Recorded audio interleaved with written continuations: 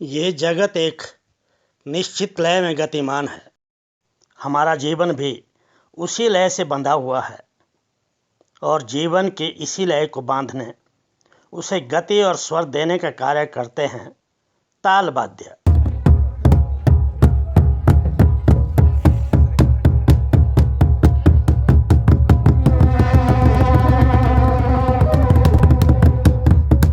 वाद्यों के 4 प्रमुख वर्ग माने गए हैं: सुशिर, तत्, ताल और घन।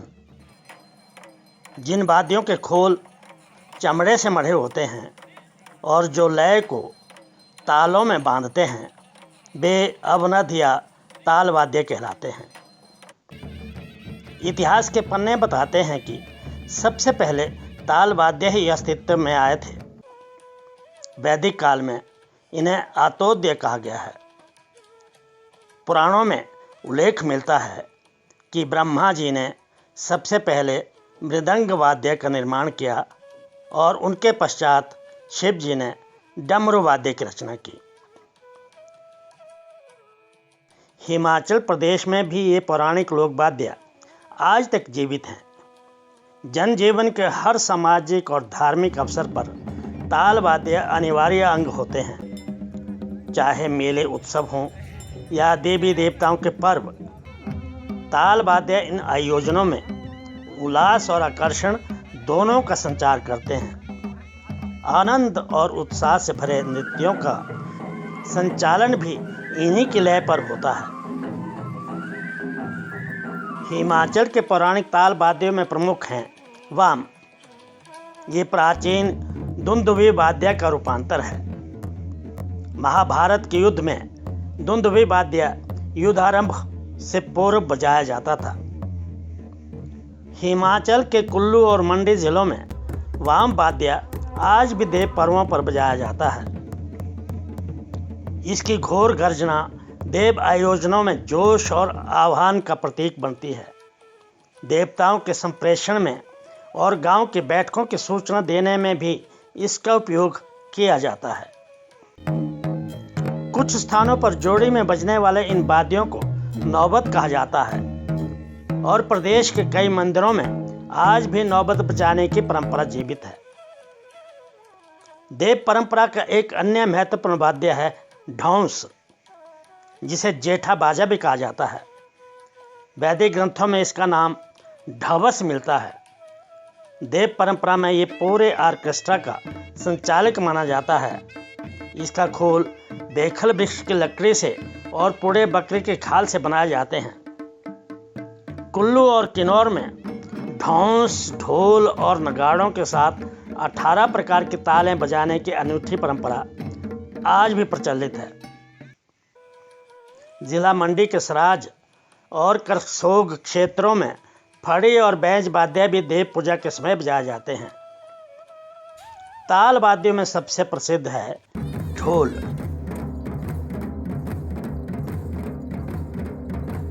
पौराणिक काल में इसे औडुंबर कहा गया है। ऊपरी हिमाचल के लोक जीवन में ये प्रमुख वाद्य है। देव पर्वों से लेकर लोक नृत्यों तक ढोल हर अवसर की लय बन जाता है। कई वादक तो इसे बजाते हुए नृत्य भी करते हैं।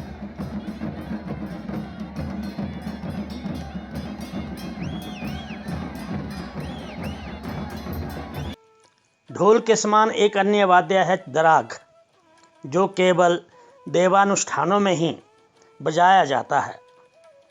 इसी प्रकार ढाड नामक वाद्य ढोल से थोड़ा पतला होता है। शिमला, सिरमौर और सोलन जिलों में ढोलक पर देव तालों से लेकर नाटी के ताल तक कुशलतापूर्वक बजाए जाते हैं।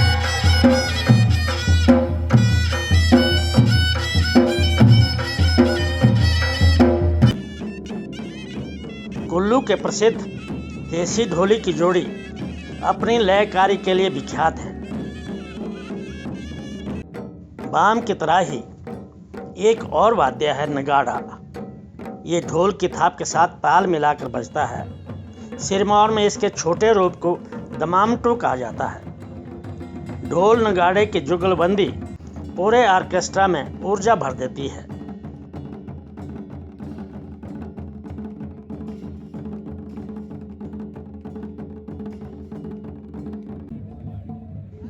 मंडी, कांगड़ा और चंबा में 2 नगाड़े एक ही वादक द्वारा बजाए जाते हैं। मंडी की लुड्डी और चंबा की गद्दी तथा चुराही नृत्य इन्हीं नगाड़ों की थाप पर किए जाते हैं। लाहौल स्पीति में भी बांसुरी के स्वर जोड़ी नगाड़े की लय पर लोक नृत्य में एक उमंग भर देते हैं।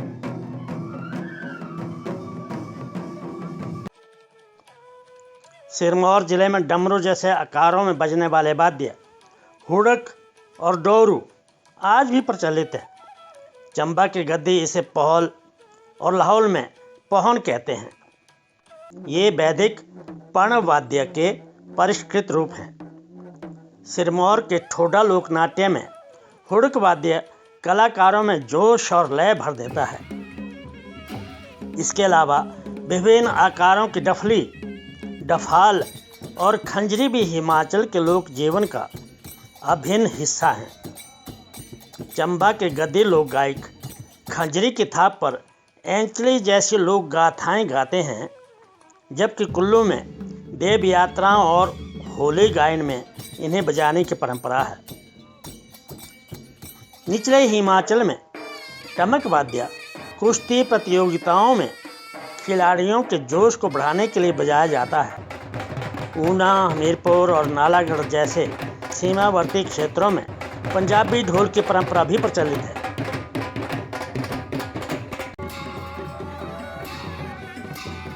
हर्षोल्लास में किए जाने वाले लोक नृत्यों की आत्मा है ये ताल वाद्य। ढोल, नगाड़े और ढोलक की थाप पर नर्तकों के पांव स्वयं ही थिरकने लगते हैं।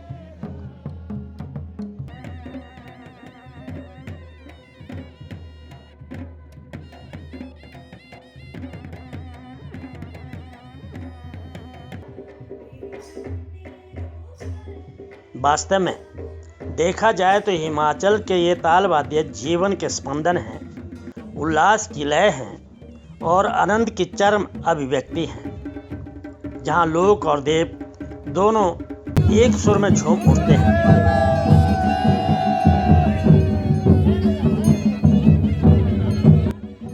अगली कड़ी में हम बात करेंगे सुशील वाद्यों की। तब तक देखते रहिए हिमालय धरोहर चैनल। इसे सब्सक्राइब, लाइक और शेयर करना ना भूलें, ताकि हम हिमालय की सांस्कृतिक धरोहर की ये कहानियाँ आप तक निरंतर पहुँचाते रहें।